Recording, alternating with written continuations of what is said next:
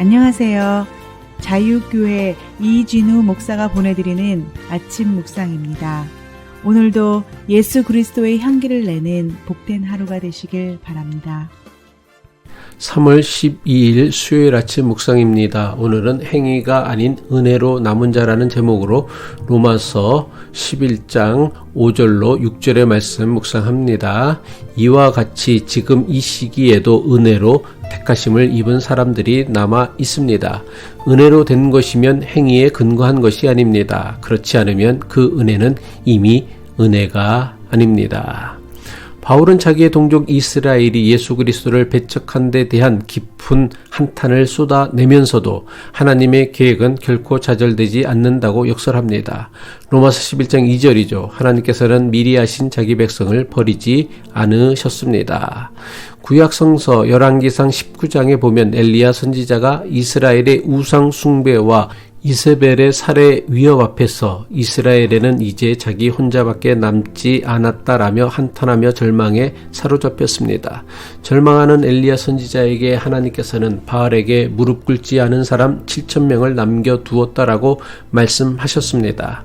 바울은 엘리야 시대에 하나님께서 남겨두신 7,000명을 인용하며 구약 시대부터 이어져 오고 있는 남은 자 신앙에 대해 말씀하고 있습니다.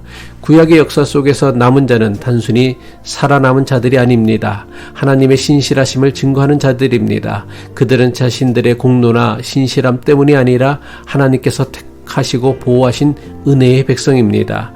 바울은 엘리야의 시대에 하나님께서 남겨두신 7,000명이 있었던 것처럼 지금도 은혜로 택하심을 받은 남은 사람이 있다고 선언합니다. 로마서 11장 5절이죠. 이와 같이 지금 이 시기에도 은혜로 택하심을 입은 사람들이 남아 있습니다.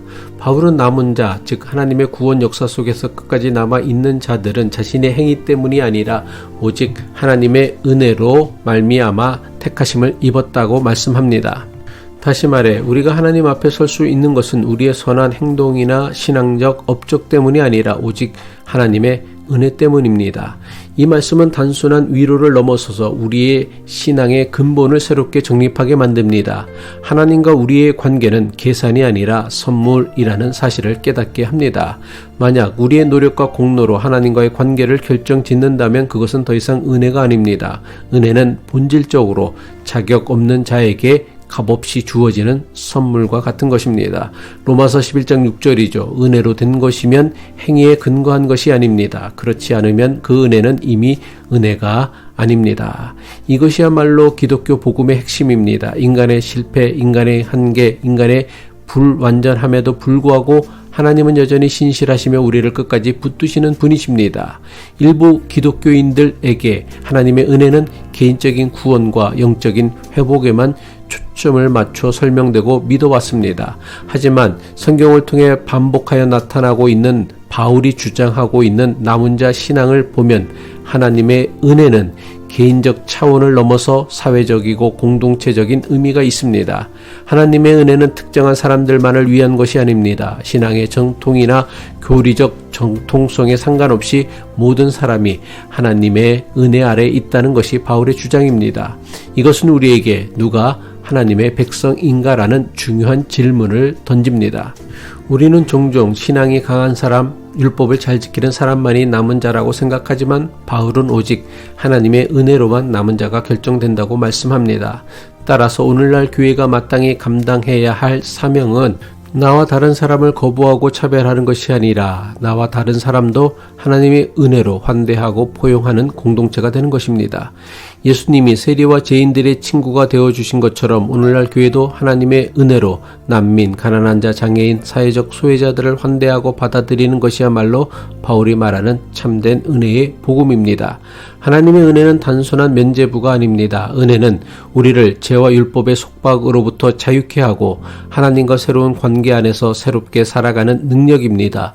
또한 사회적 불의와 억압을 넘어서 새로운 공동체를 형성하는 힘이 됩니다. 구약에서 하나님의 은혜는 이스라엘을 노예 상태에서 해방하는 구원으로 나타났습니다.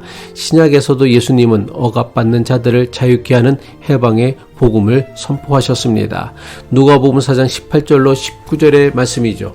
주의 성령이 내게 임하였으니 이는 가난한 자에게 복음을 전하게 하시려고 내게 기름을 부으시고 나를 보내사 포로된 자에게 자유를, 눈먼 자에게 다시 보게 함을 전파하며 눌린 자를 자유롭게 하고 주의 은혜의 해를 전파하게 하려 하심이라 하였더라.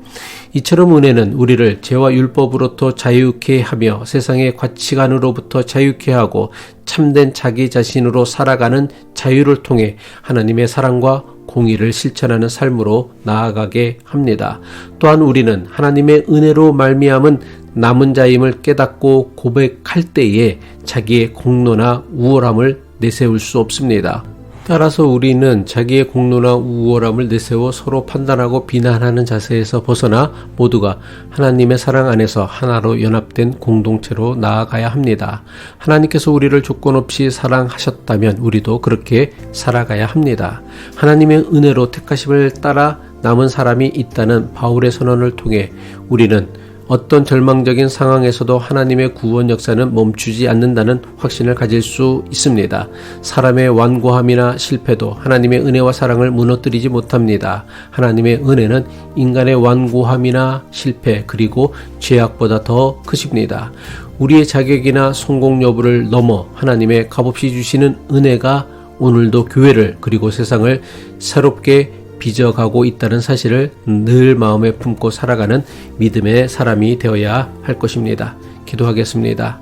사랑과 은혜가 풍성하신 하나님 아버지, 하나님의 은혜로 우리를 남은 자로 택하여 주셨음을 깨닫게 하시니 감사합니다. 우리의 노력과 공로가 아닌 오직 하나님의 전적인 사랑으로 구원받았음을 고백합니다. 주님, 우리가 받은 은혜를 기억하며 겸손하게 살아가게 하옵소서. 서로 사랑하고 용납하며 세상 속에서 하나님의 사랑을 실천하는 공동체를 만들어가는 믿음의 사람 되기를 바라며 예수 그리스도의 이름으로 기도드립니다.